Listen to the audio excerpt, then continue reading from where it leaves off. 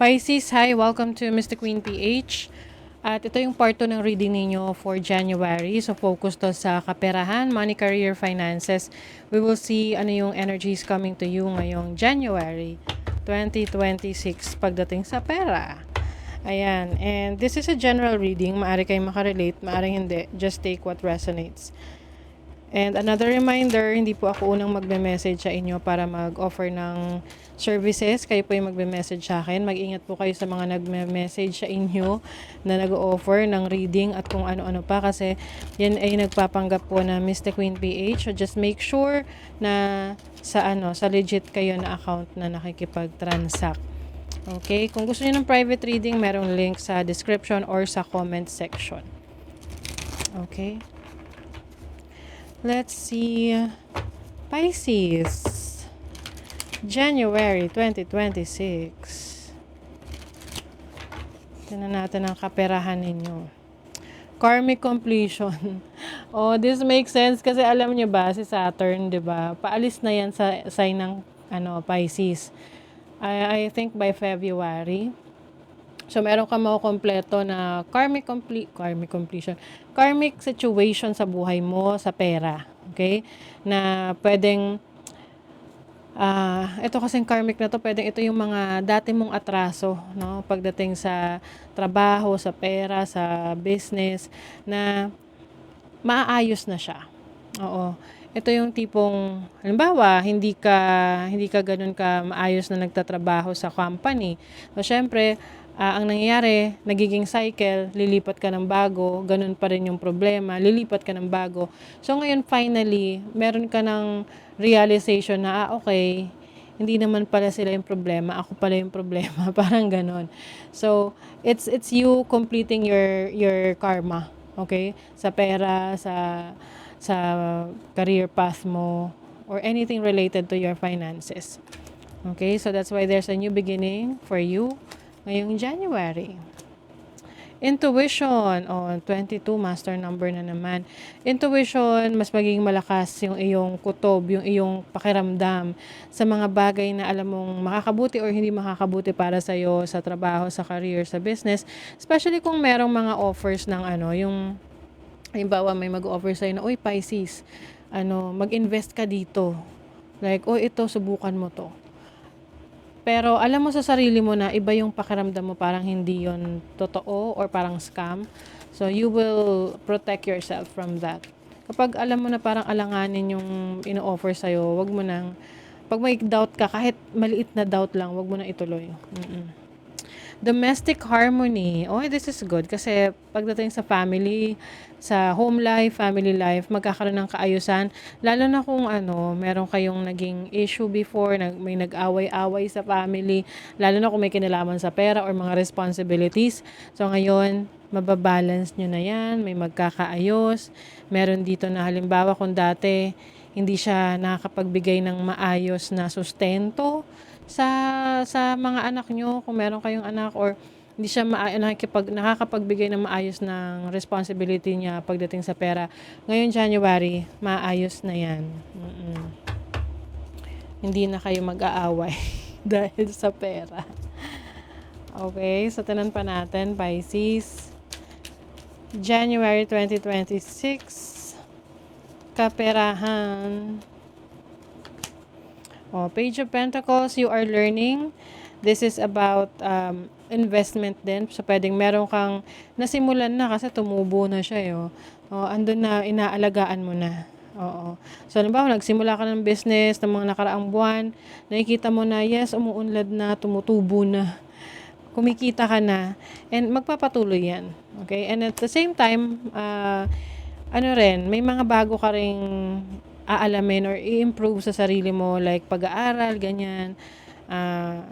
Kumbaga, bagong skill set, no? Yun nga lang, yung iba sa inyo pwedeng mag-overwork, no? Yung tipong ang dami mong responsibilities na gustong dalhin. Kumbaga, kalmahan mo lang kung ano lang yung kaya mo, kasi pwedeng mapagod ka or parang mauwi sa stress or pwedeng magkasakit ka pa. So, whatever is yung parang hindi mo na kayang i-take, huwag mo nang kunin. Oo. Kasi yung iba parang nagja-juggle ka na, ito pagkakaperahan, sige, kuha. Pero hindi mo pala na kayang i-handle or i-manage. You have the Six of Swords.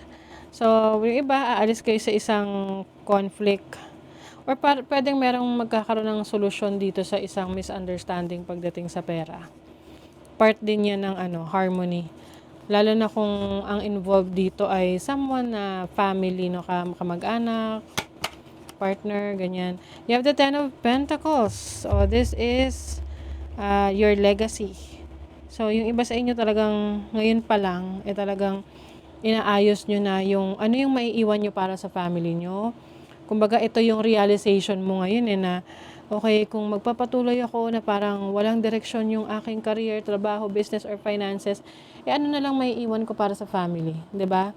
So, kumbaga ngayon, you are fixing that. Inaayos mo yon na magkakaroon ka ng ipon, mas magiging disiplinado ka sa finances mo, at mas magiging masipag ka.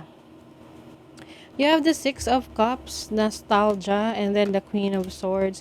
I feel like meron kang mga iiwasan ng mga unhealthy habits pagdating sa pera, no? Or yung mga mindset mo pagdating sa pagnenegosyo, mindset mo pagdating sa trabaho. Whatever is going to be good for you, yun yung ipagpapatuloy mo. Anything that is no longer serving you, yun yung ititigil mo na.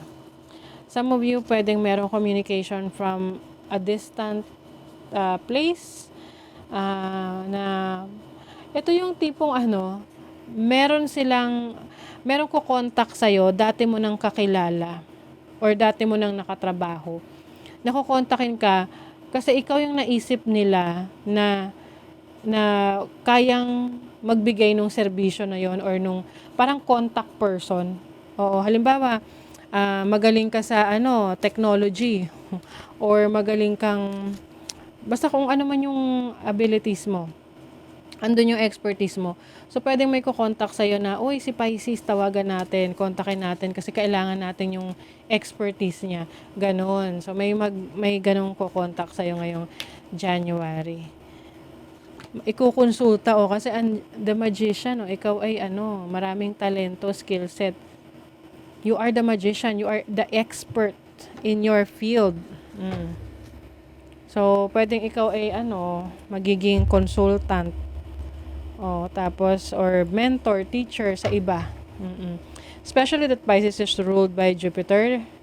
This is the planet of learning rin. Let's see, pa for Pisces. January 2026 for Pisces. Okay. Efficient budgeting. Yes. Practical and efficient budgeting. So, magiging maayos yung pagbabudget mo ngayon. Kung ano lang yung kailangan, yun lang yung pagkakagastusan mo. Efficient work habits. Puro efficient to. So, kung magiging productive ka, hindi ka magsasayang ng oras ngayong January. May mga work habits ka na talagang susundin mo. Kasi yung iba sa inyo, nagkaroon na kayo ng awakening na, okay, tama na yung pagiging delulu. It's time to face your reality na kailangan mo rin ng hard work, kailangan mo rin kumilos for your dreams. Hindi lang naman puro manifest, pero ano yung action mo? Ano yung ginagawa mo to make your manifestation happen, 'di ba?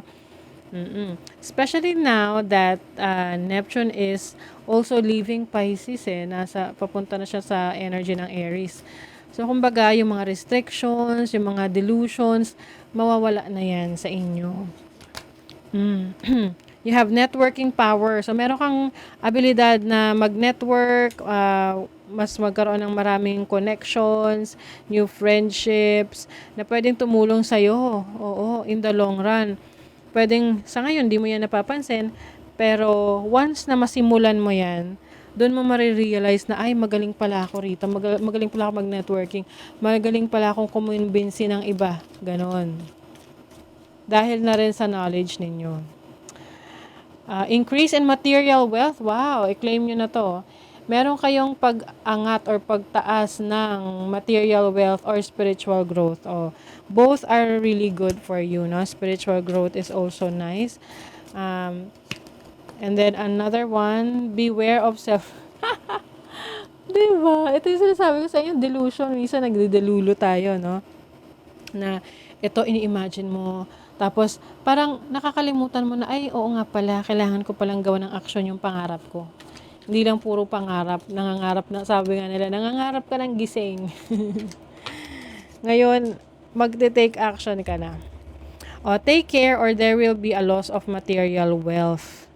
Ayan. So, pag-ingatan ang mga gamit, ang mga resources mo, pera, during this time, no? Kasi pwedeng, meron dyan ma-misplace ka, or maging, ano ka, yung tawag doon? Clumsy, careless, naiwan mo wallet mo, or something. So, mag-ingat. Romance celebration party. Some of you meron kayong party na pupuntahan, and I think this is a very important party. Pwedeng meron ka makilala dyan na contact para sa business mo, or someone that will help you grow your finances. You'll never know, no? Na baka meron kang mga importanteng taong makikita dyan, makikilala, na yun ang mag-open sa'yo ng mga iba pang oportunidad.